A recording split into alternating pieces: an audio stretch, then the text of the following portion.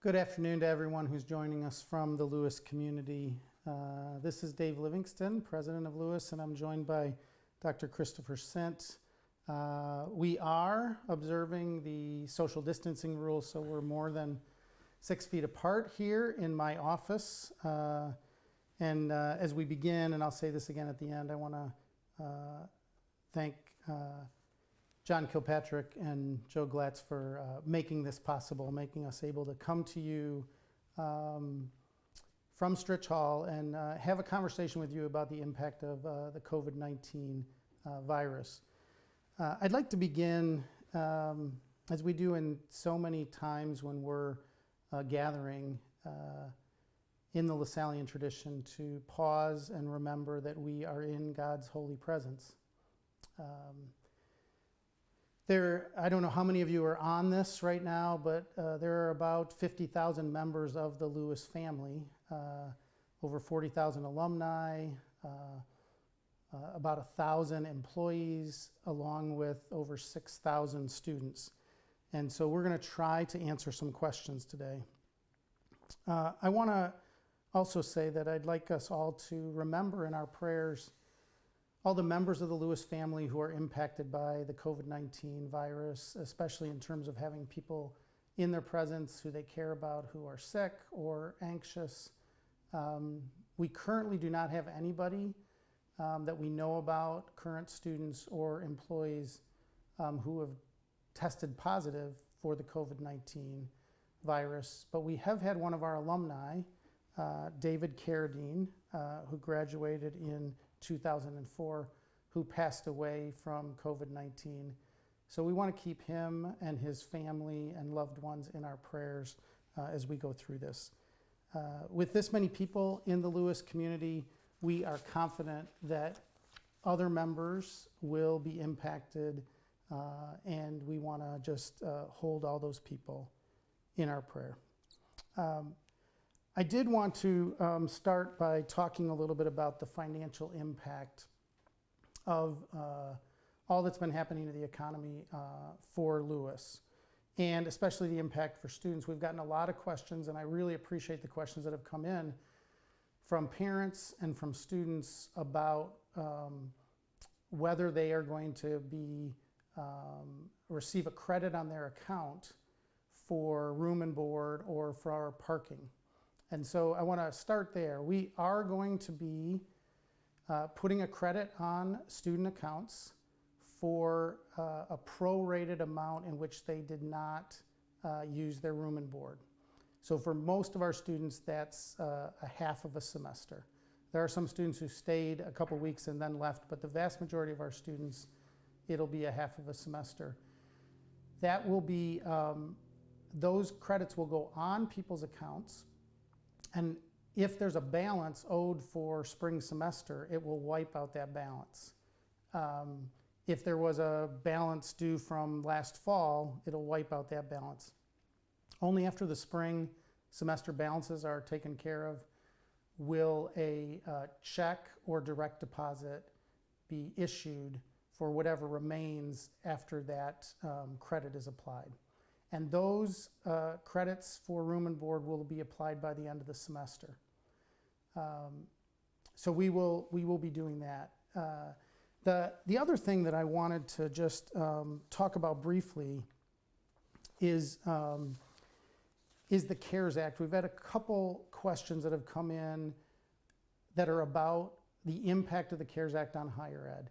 And I won't spend a lot of time on this, but there is a provision inside of the CARES Act that will go to all of higher ed across the country, and Lewis will get a portion of that. It won't compensate for all of the economic impact, but it is going to help us to refund some room and board, to help out financially with students who have significant need because of this.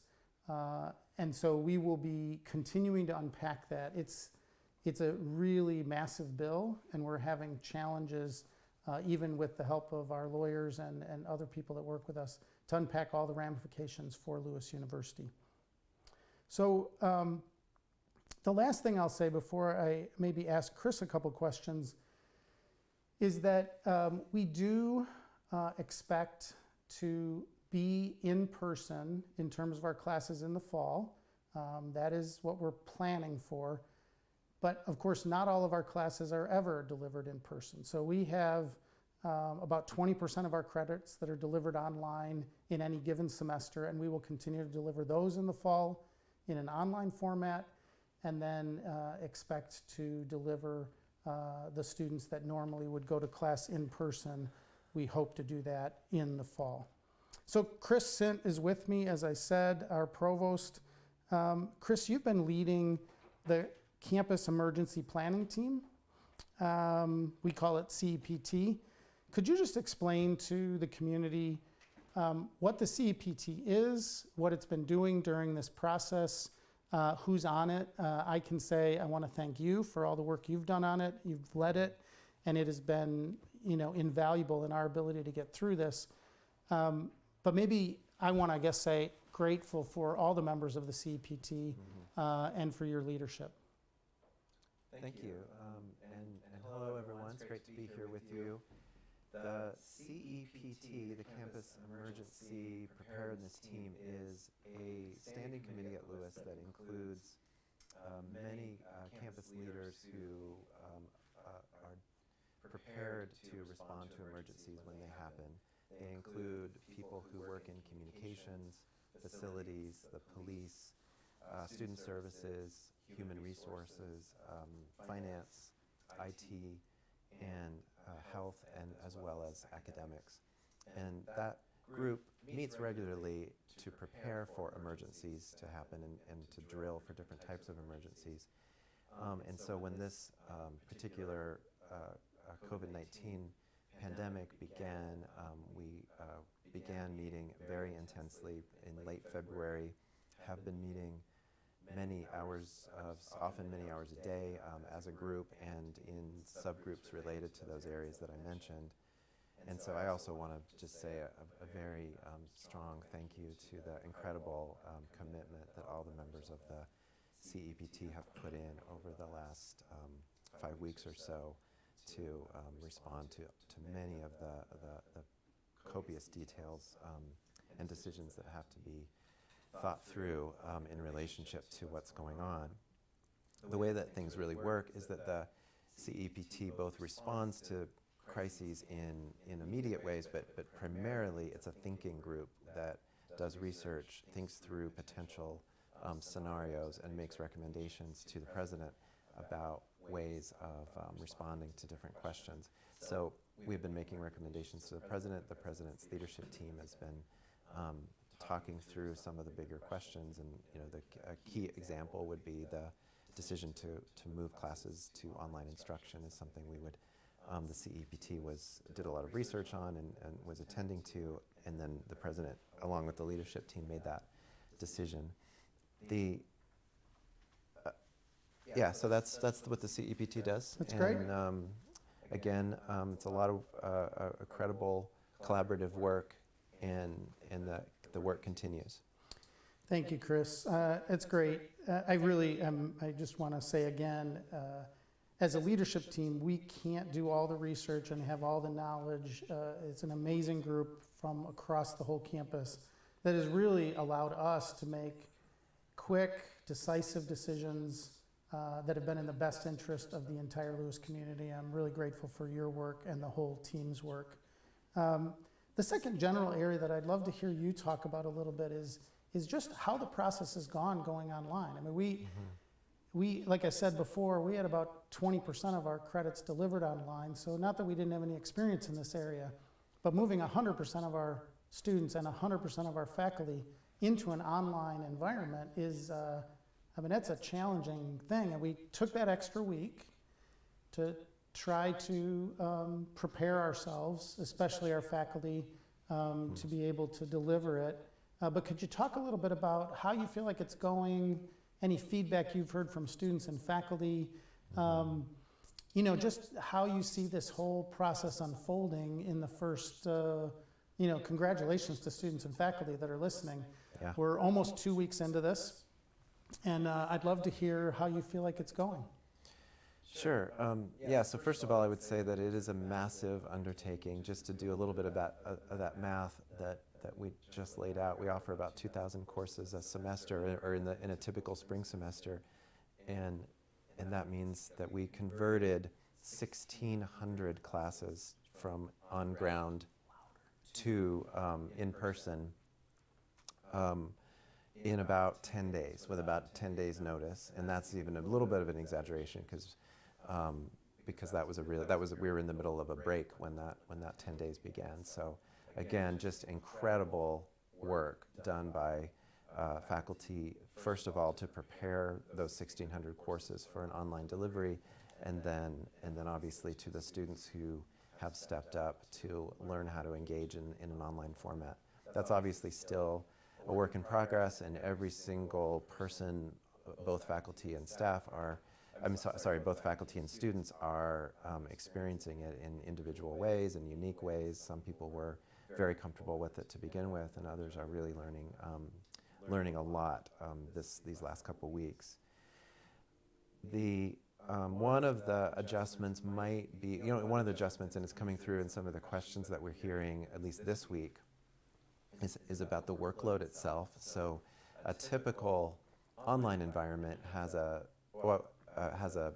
slightly different expectation for the amount of work that students do, largely because in some cases classes meet for fewer hours. That's not always the case. We really have a wide range, especially this semester, from classes that are meeting at their regular class times using Blackboard Collaborate, and other classes that are using more hybrid techniques. So it's really a class-by-class basis, but the essential goal is for the work that students do to be the same in an online environment as it is in an on-ground environment.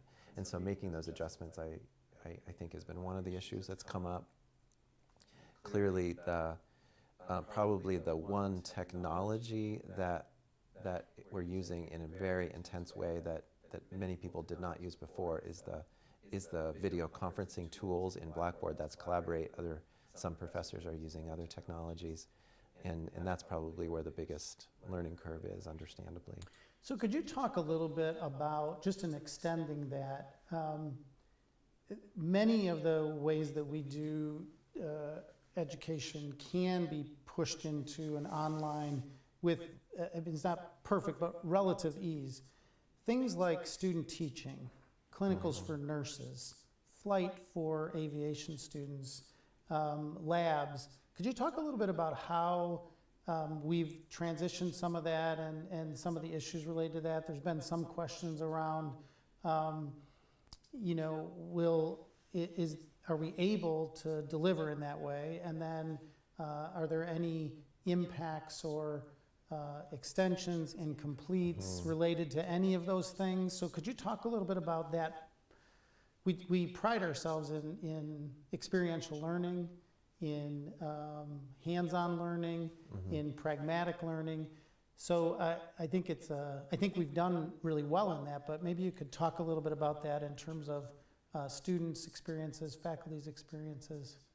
Yeah, you're right. It's that part. The experiential learning part has been a challenge. It's a challenge at every university right now, but it's particularly challenging for Lewis because we do embrace that concept of engagement, hands-on engagement, clinical practice, professional experience with partners, and so on. And so that has been a big, interesting challenge for many of our faculty and program leaders. It's a really complex answer that I will try to give as brief as possible. It really is based on program by program solutions. I guess I want to say two things. One, I want to say that this is where some of the most inspiring creativity around what faculty have done has been happening, where not only faculty discovering ways to deliver, especially laboratory experiences in simulated environments or in online environments, that this has really pushed us to be creative and open in those areas, and there's some really great outcomes of that.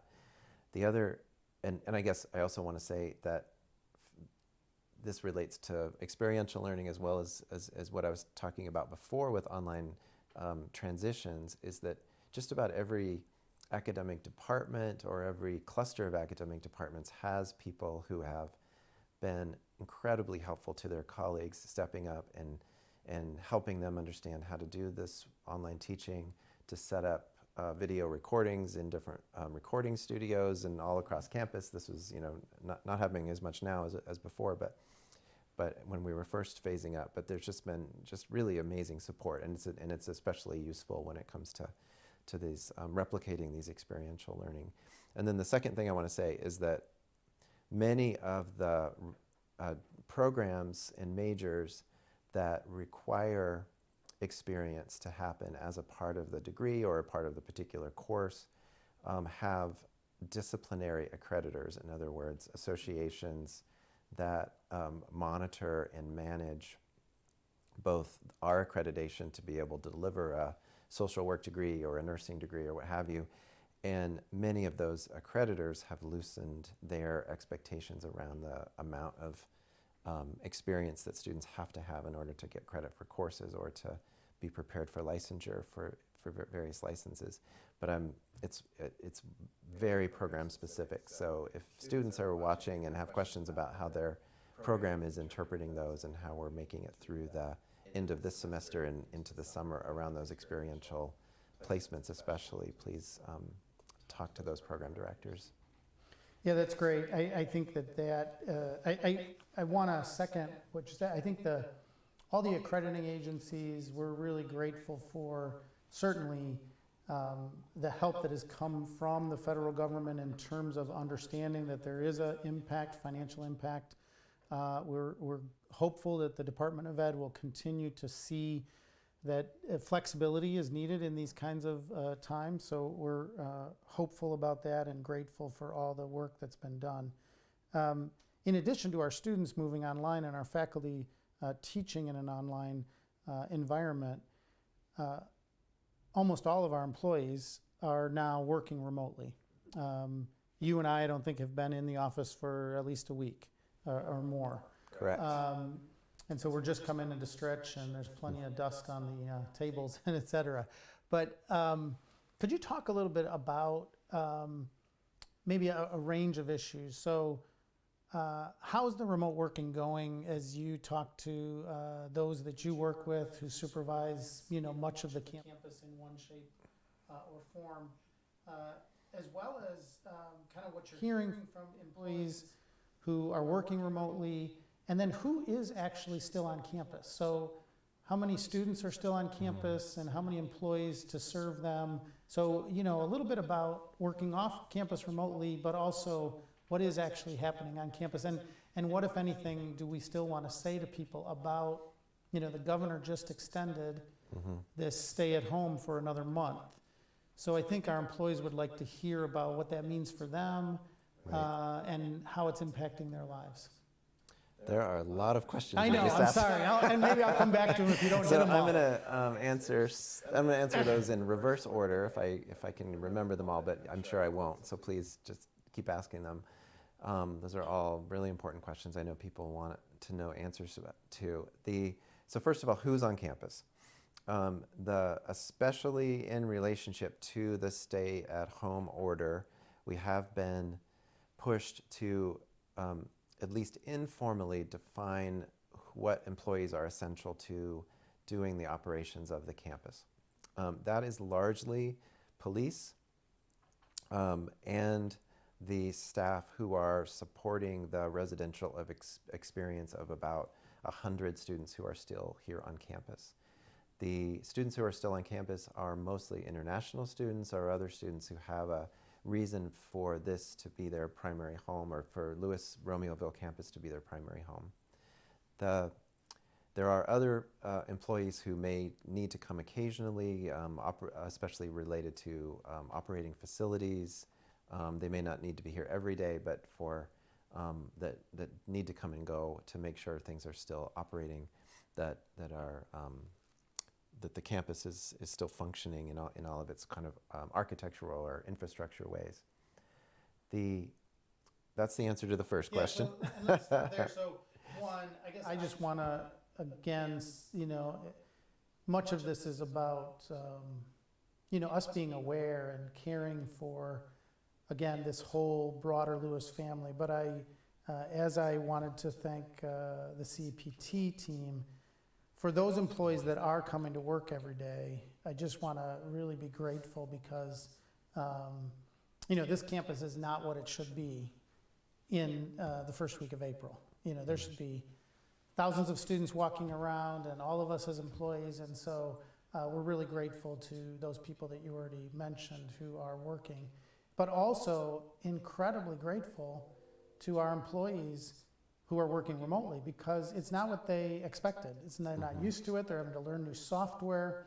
And so I just want to say a special thank you to each of you, of our employees, who are learning new things and willing to extend yourself and help somebody else out who is swamped with stuff or doesn't understand how to use a software. So grateful for that.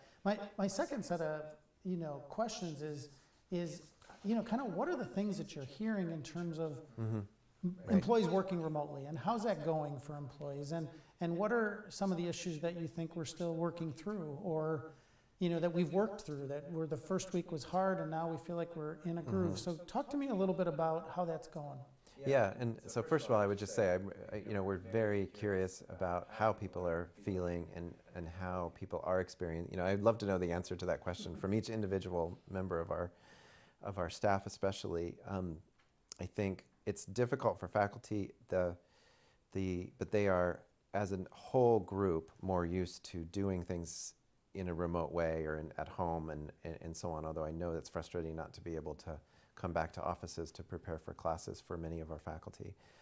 But for staff, it is off in many cases, in almost all cases, it does involve people who are working at home for the first time or for the first time since they've had this job at Lewis. And some positions are clearly more adaptable to that type of homework than others. And then, of course, there are differences in actual individual people, as we all know. So some people really thrive on walking around and talking to people during breaks and having lunch with friends and so on. And I guess most of us thrive in that way to some degree. And so that loss is definitely being felt, and I'm hearing that. But and then I guess the difference in the shift to the way we're providing services is also different for each individual employee. Some of those services are traditionally very in-person, and some are easy to replicate virtually. So we're experiencing that, of course, as well. And that leads me to want to say something. I don't know if it's an answer to any of those questions, but we have shifted very completely, because of the stay-at-home order, to providing virtual support for students and the other members of our community from all of these offices. And I want to make sure everyone knows that, hears that, and we haven't said it yet, and it's 22 minutes into the half hour, but we have a very helpful website. I don't know the address, but you get to it directly from our homepage with one click, and it is full of resources, including the current virtual hours for all support offices on campus. They're very similar to the hours that they had before, but just in case, I would go to that website to find the exact hours of all of the offices on campus in the way that they can be available for student questions especially.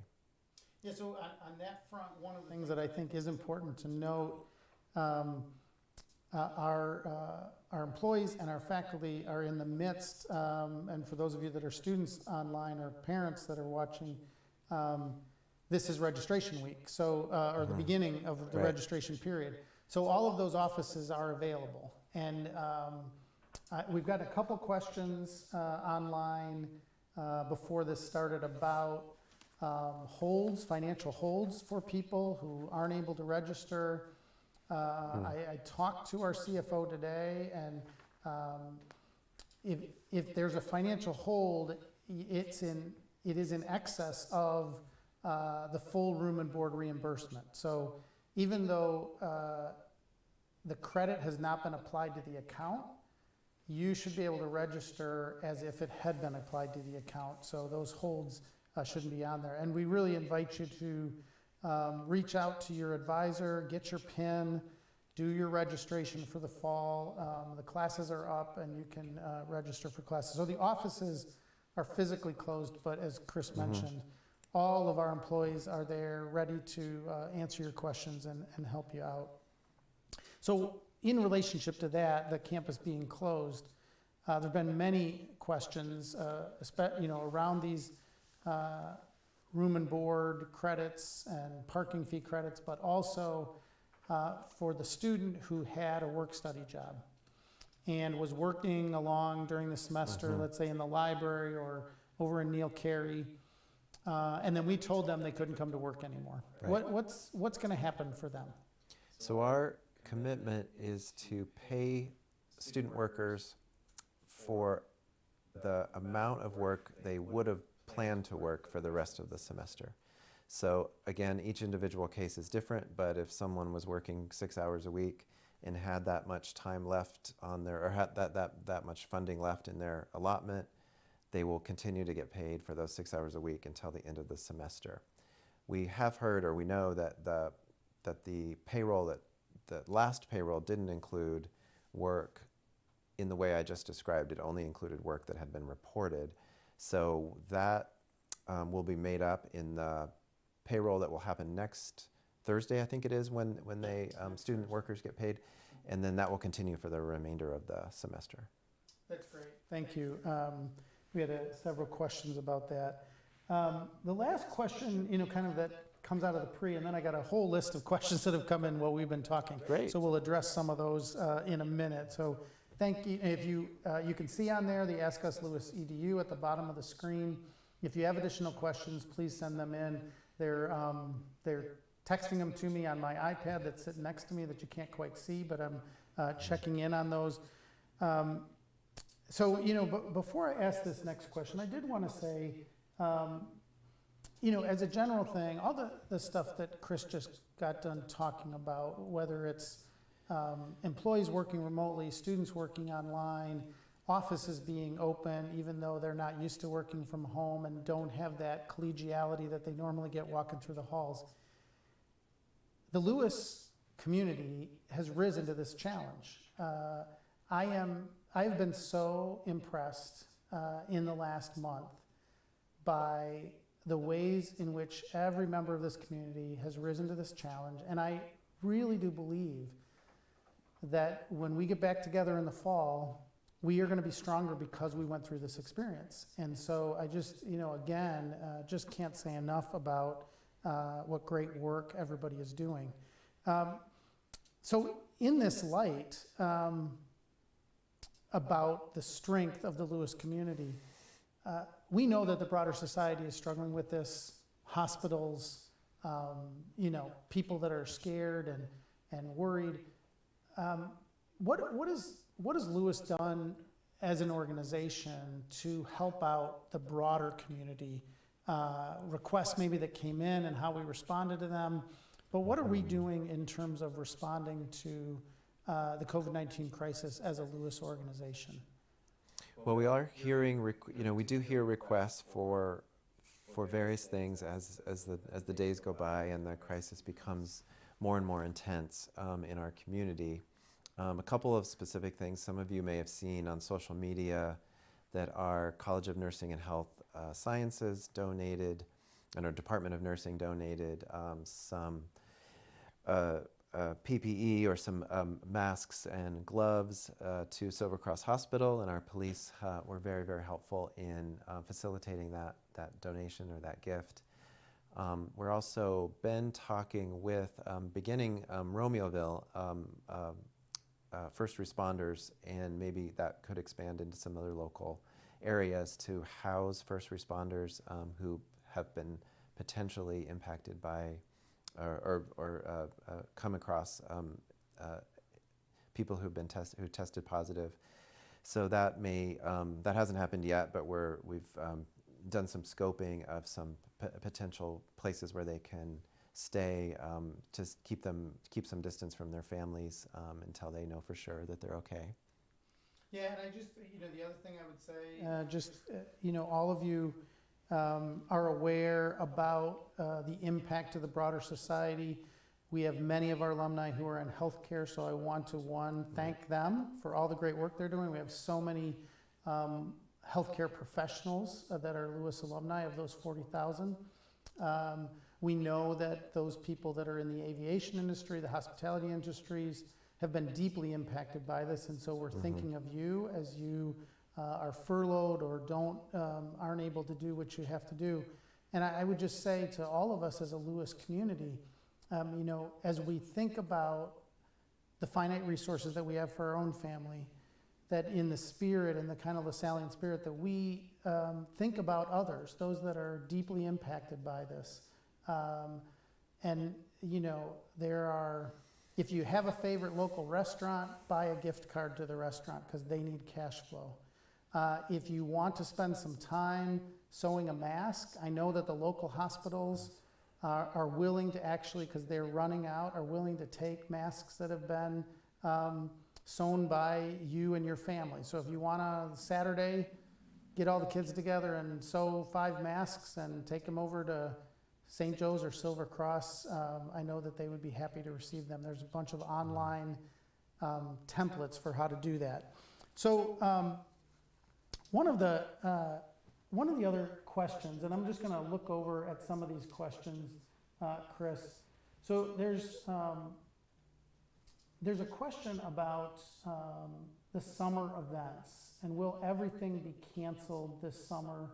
And connected to that, will aviation students be able to fly this summer? So I know that we don't know, and it's a very fluid environment. So I want to, preface it with that, because obviously you don't have all those answers, and we as a community don't have all those answers.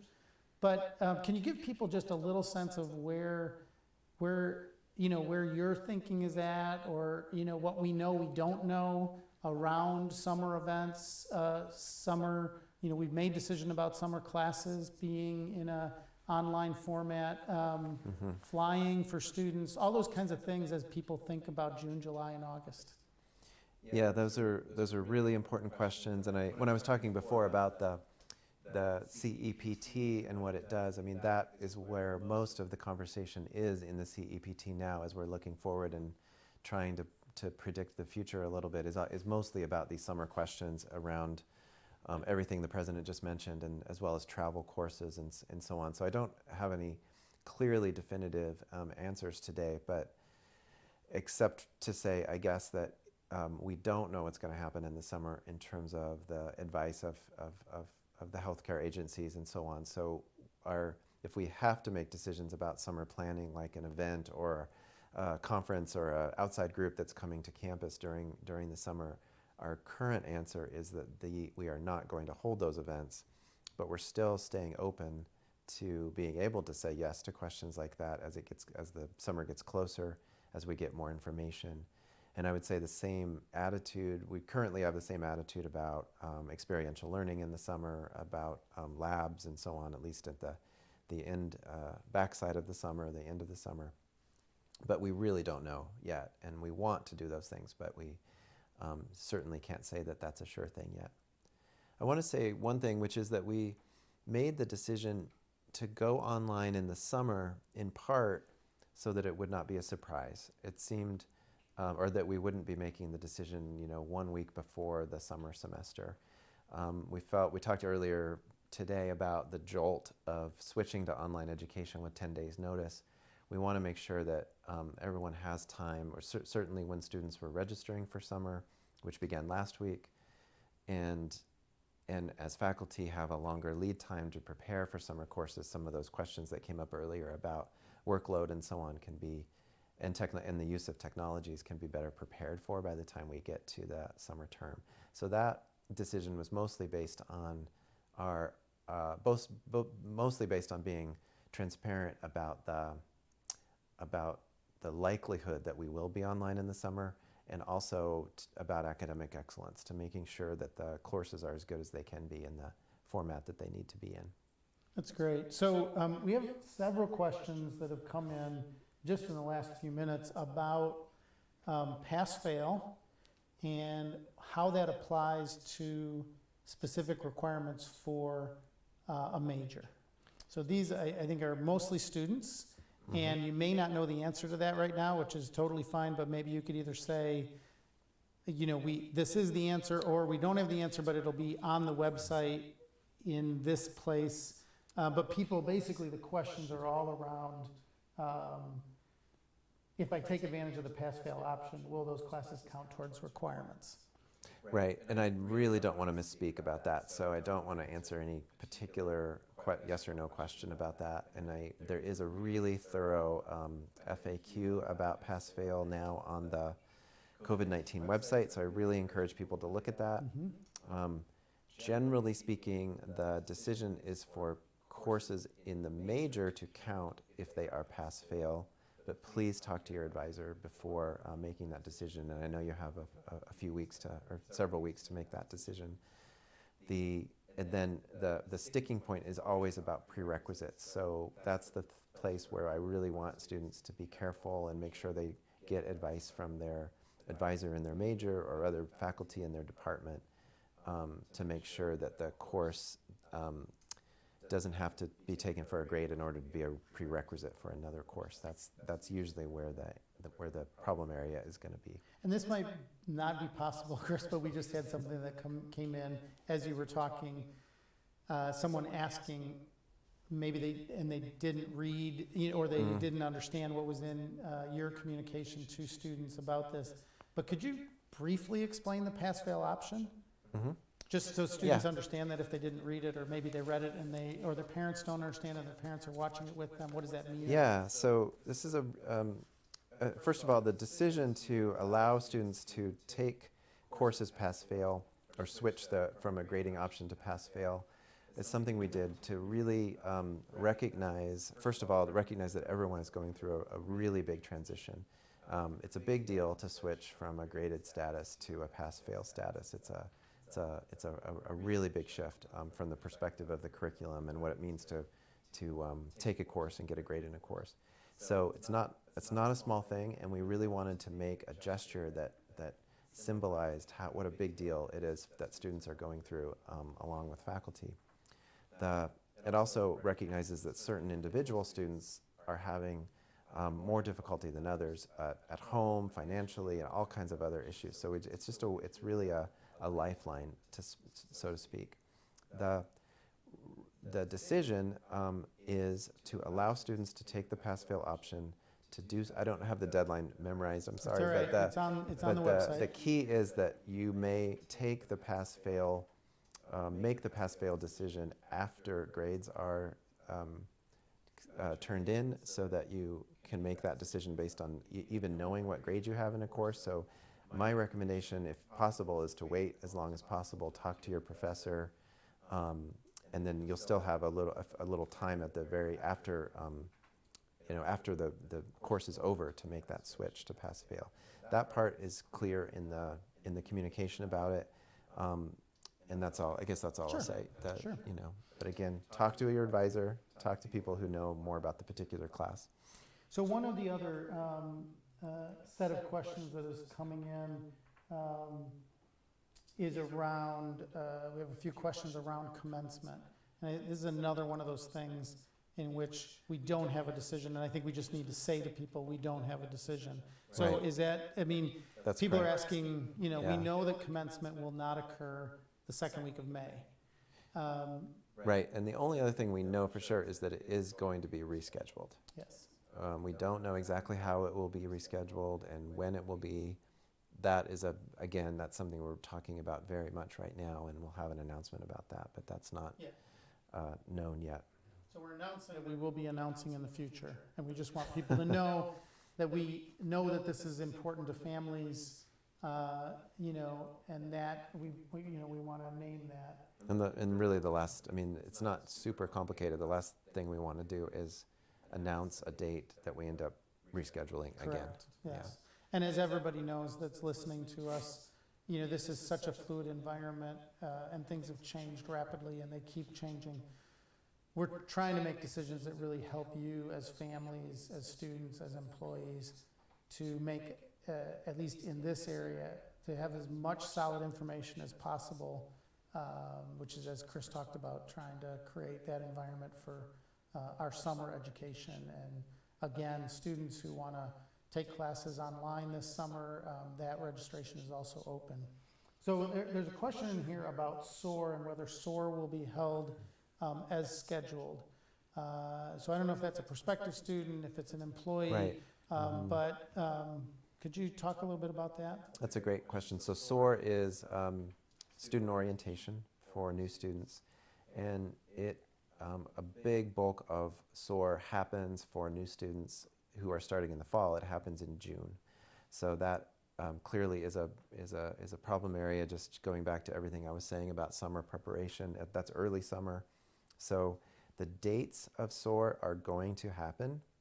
They may or may not be in person.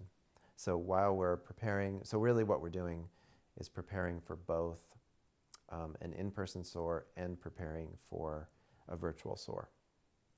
And that's typically support offices on campus, as well as the kind of registration, advising and registration that happens during those orientations are things that we're preparing to do virtually. Great. So I think one of the things that was also asked in one of the preliminary questions was about, these were kind of combined, but also separate in some ways. Worry. I understand that many of our employees are concerned about the financial impact this is having on Lewis. And some of them are really concerned, going back to the SOAR question, about what we're doing to make sure that we're recruiting a strong class for next fall. And I just want to, again, thank all the people on our admissions team, all of our faculty, all the staff that support that recruiting effort across the whole campus, coaches and advisors. We are doing everything we can. We have a very strong application pool for the fall class. We have more admitted students than we had the last year, which was more than we had the year before. I will say that we also recognize, and this is not only true of our prospective students, but it's true of our current students. I guess I just want to be, very aware and say this out loud. There are many families that are sitting around their kitchen tables tonight or over this weekend or next week that will be having some hard conversations because one or both parents have lost their jobs.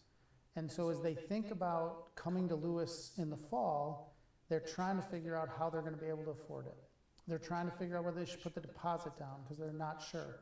So we are doing everything we can to reach out to prospective families as well as to reach out to our current students and be aware of the stress that you're under and how anxiety producing this time is.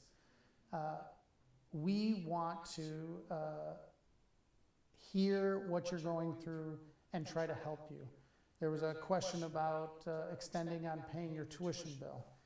What I would say about this is stuff we've already said, but our offices are open. So if you have an issue around your ability to pay tuition because you think you won't be able to get the bill paid for the spring semester in time for you to be able to register for classes for the fall, you're worried about your ability to pay for that, please reach out to our financial aid office or to the bursar's office, and they will work with you to try to figure out a way for you to be able to afford to come to Lewis. We know that this is stressful and a stressful environment for everybody.